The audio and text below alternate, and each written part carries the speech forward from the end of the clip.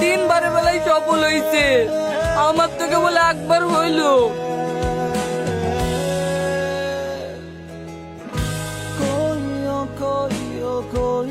এই দিকটা দখল হয়ে গেছে, তো ওই দিকটা মাপি কি? না না, আমি মিষ্টি খাবো না, তোমার মিষ্টি ওদেরকেই খাও। আমিও সাথে যাবো, যাদের জায়গা দখল করে এসি তোমার মতন এই 2 টাকা দামের মিষ্টি খাবো না, গ্রামের সবাইকে বিরিয়ানি খাবো। তোমার তাড়াতাড়ি বাইরে আসো। কিরে এইভাবে চিল্লাছি কেন? কি হয়েছে? তুমি তাড়াতাড়ি ব্যাগ ট্যাগ গুলো প্যাক করে দাও, আমি সাথে যাবো। কিনে কদিন আগে যে চাঁদপুর থেকে বেরিয়ে আসলি, আবার খালার বাড়ি কি করতে যাবি?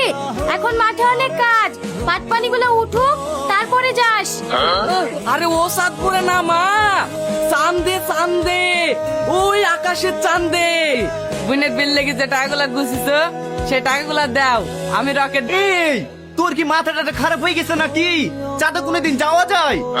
তুমি দেশের খবর কিচ্ছু জানো না আব্বা, সারা জীবন মাঠলি পড়ে থাকো। তুমি জানো ওই পাড়া দিয়ে ছেলে আসিন জমি দখল করার লেগে চাঁদে মানুষ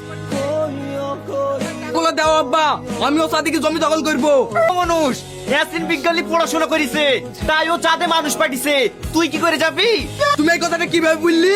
আমি পড়াশোনা করিনি, তুমিও তো দেখিছো ইয়াসিনের আমি ক্লাস 3 অবধি পড়েছি, তাহলে ও সাথে মানুষ পাঠাতে পারলে আমি পারবো না?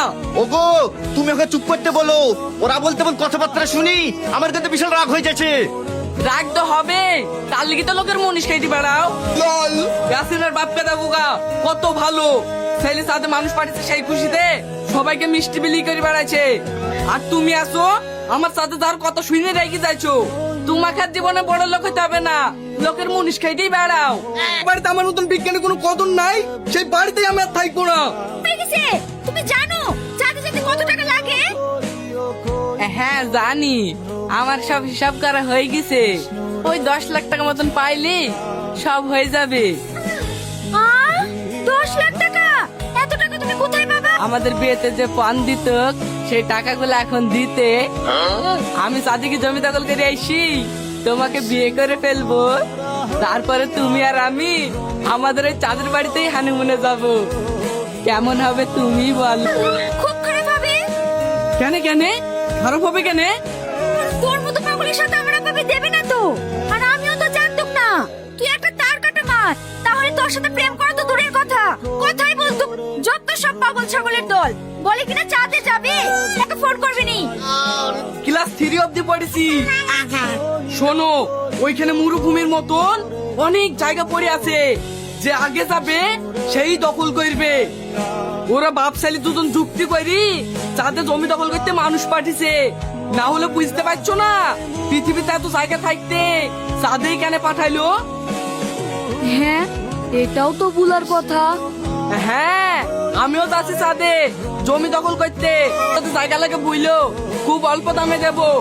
দেখতেই তো পাইছো পৃথিবীতে যেভাবে মানুষ বাড়ছে, কিছুদিন বাদ দিয়ে থাকার জায়গা পাবা কি পাবা না? তা কেন আগে থেকে চাঁদে জায়গা কিনা থাকলে তোমরা যেতে না পারলেও ভবিষ্যতে তোমাদের ছেলে পেলে কি বাস করবে। খুব ভালো অফার রে। এই কটা খাবি গেলে দেখো আমাদের গ্রামে সচলাচল 10-12 লাখ টাকা বিক্রি চলছে, এবার চাঁদের জমি দাম তো বেশি হবে। আজকে জোরতাল চলছে নাকি বাপ?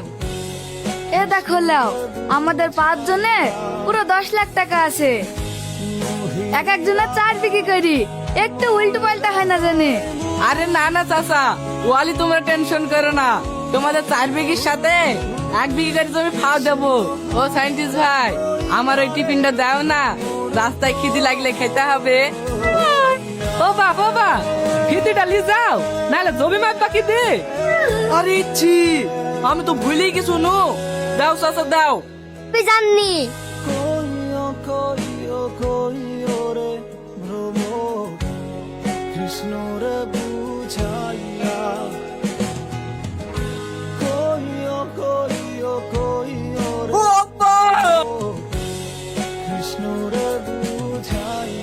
এবার তো শিক্ষা হয়েছে, আর যাবি চাঁদে?